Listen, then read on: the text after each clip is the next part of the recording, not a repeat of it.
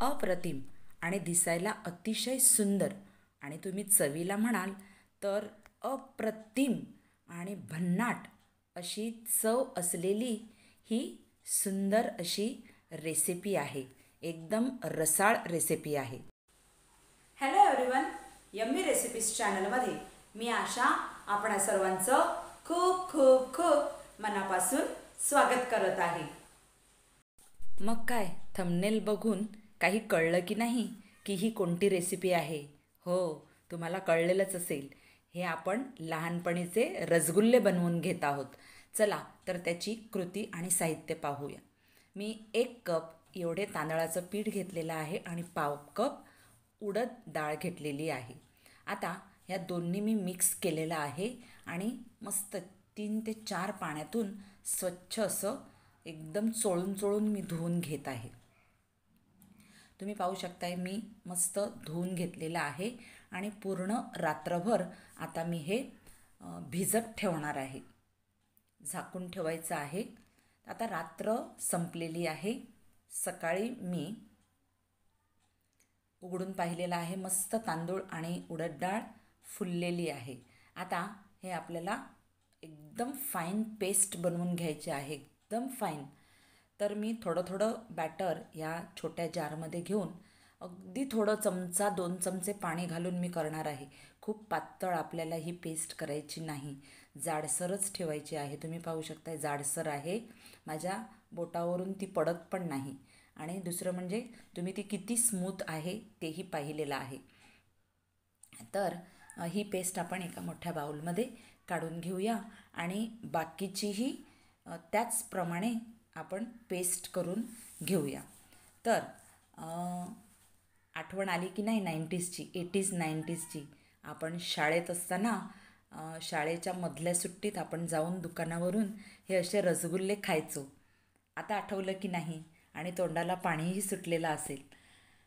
तर चला हे आता आपण मस्त बनवून घ्यायचे आहेत. तर पेस्ट बनलेली आहे आणि मी ही फेटून घेत आहे, म्हणजे जेणेकरून त्या पिठामध्ये हवा भरेल आणि पीठ थोडंसं हलकं होईल. तर मला हे जवळजवळ 10 मिनटं मी हे असं फेटून घेणार आहे. तुम्ही पाहू शकता की छान हवा भरत चाललेली आहे. अजून मला हे फेटून घ्यायचं आहे.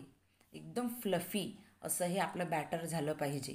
एकदम फ्लफी आणि हलकं बॅटर झालं पाहिजे, एवढं आपल्याला हे फेटून घ्यायचं आहे. आता तुम्हाला चमच्याने जमत नसेल तर तुम्ही हातानेही फेटून घेऊ शकता.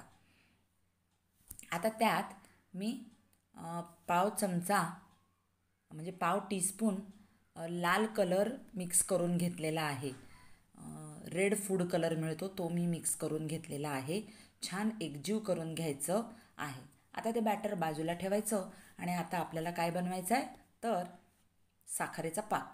मी 1 कप साखर घेतलेली आहे आणि त्यात मी अर्धा कप पाणी घालून मी आता जाडसर असा साखरेचा पाक बनवून घेत आहे.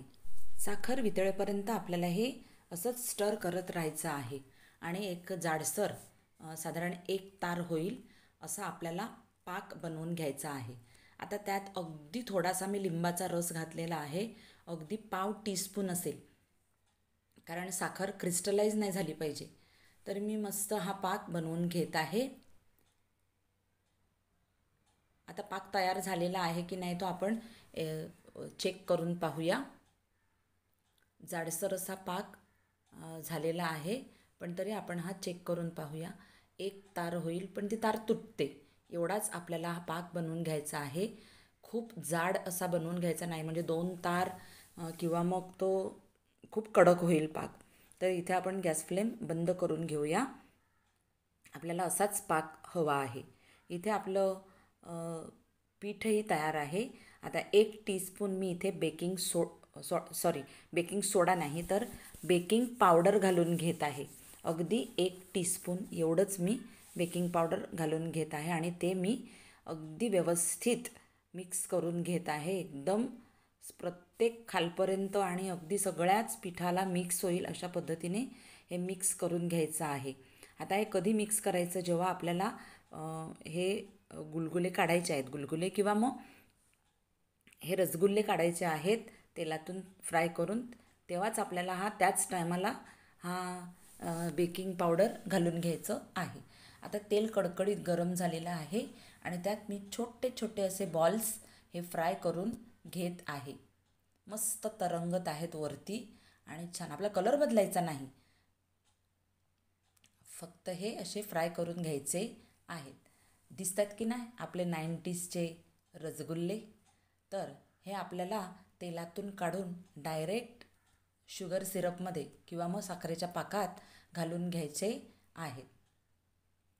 मस्त चमकदार असे हे तयार होतात रसगुल्ले आणि खायलाही अतिशय सुंदर आणि चवीला एकदम भन्नाट असे हे रसगुल्ले. एक खाल तर पटापट पटापट तुम्ही 9-10 एका वेळेलाच संपवाल. तर आमच्या वेळेला हा एक रसगुल्ला 4 आण्याला मिळायचा. आम्ही शाळेत जायचो ना, तेव्हा हा एक रसगुल्ला 4 आण्याला म्हणजे रुपयाला फक्त 4 रसगुल्ले मिळायचे.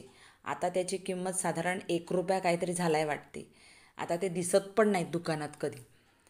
तर हे आपल्याला साधारण 10 ते 15 मिनटं असंच सिरपमध्ये ठेवायचे आहेत मुरत आणि 15 मिनटानंतर हे एक बॅच काढून घ्यायची आहे आणि लगेचच दुसरी बॅच यात घालून घ्यायची आहे.